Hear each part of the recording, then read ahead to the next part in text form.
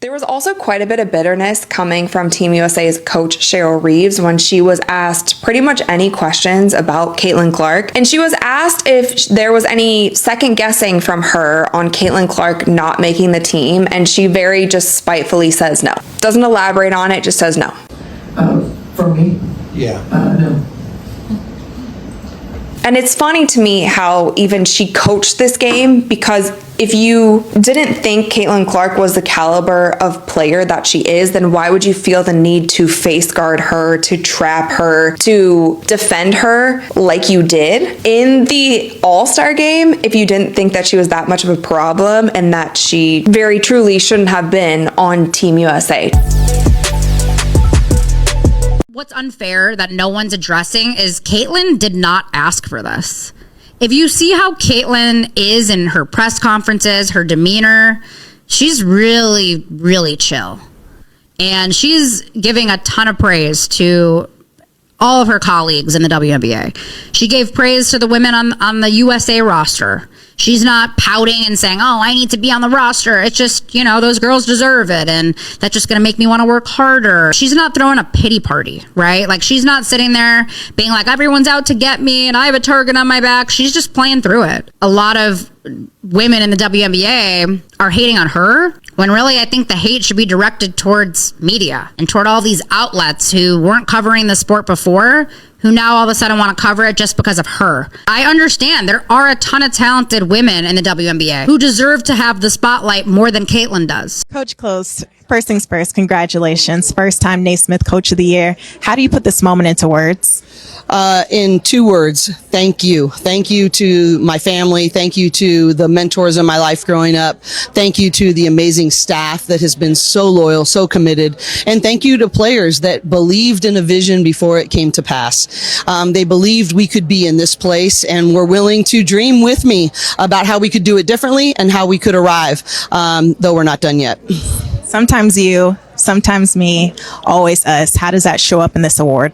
Well, selflessness, right? It's, the number one thing about our mission is it's not about any one person. It truly is about the mission. So when we say sometimes you, sometimes me, always us, it means I celebrate the you as much as I celebrate the me, but most of all, I celebrate the us. And so this being here in Tampa at the Final Four and even this award is about celebrating the us. And that's really what's most meaningful. It was really special to see all of your players here to show up for you, your staff. So it just really embodies this program, this award does. But you've poured into multiple individuals in your coaching tenure.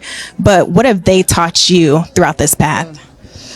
More than you have time for. I think that, just like I ask them to grow every year, I'm challenged to do so. And sometimes some of my most impactful conversations happen with them, really sharing with me how they're processing this. Even yesterday on the plane ride out here, I have this long conversation with Charlize Ledgell-Walker, who may be one of the most impactful people on our team, and she didn't get even a chance to play a minute this year.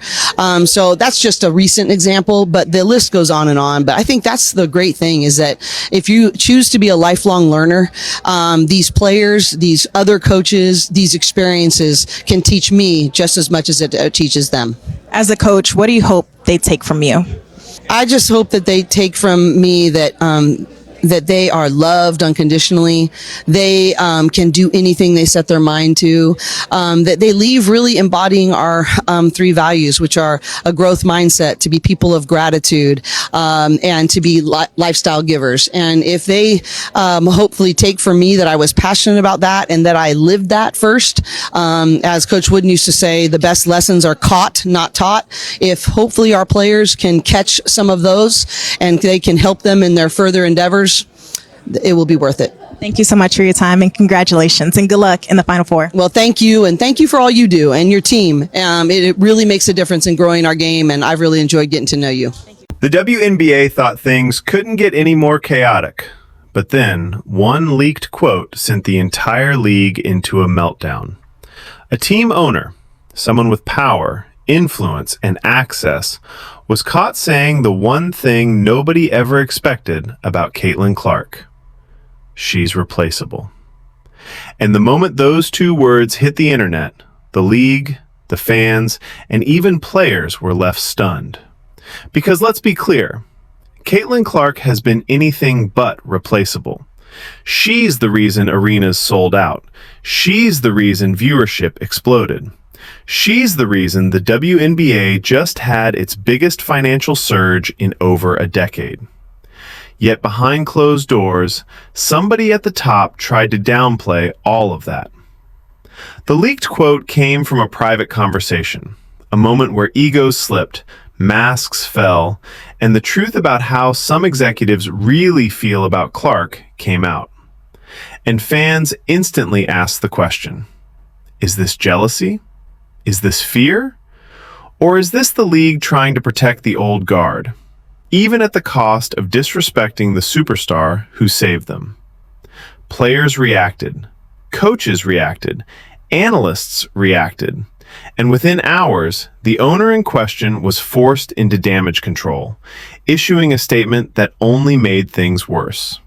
Because instead of apologizing, instead of acknowledging Clark's impact, they doubled down with corporate talk about team identity and not relying on any single player. But fans saw right through it. They know what the league knows. They know what owners know. They know what TV networks know. Caitlin Clark is the most influential player to enter the WNBA in decades, and pretending she's replaceable only exposed the insecurity that's been bubbling beneath the surface all season. This wasn't just a quote. It was a mask-off moment.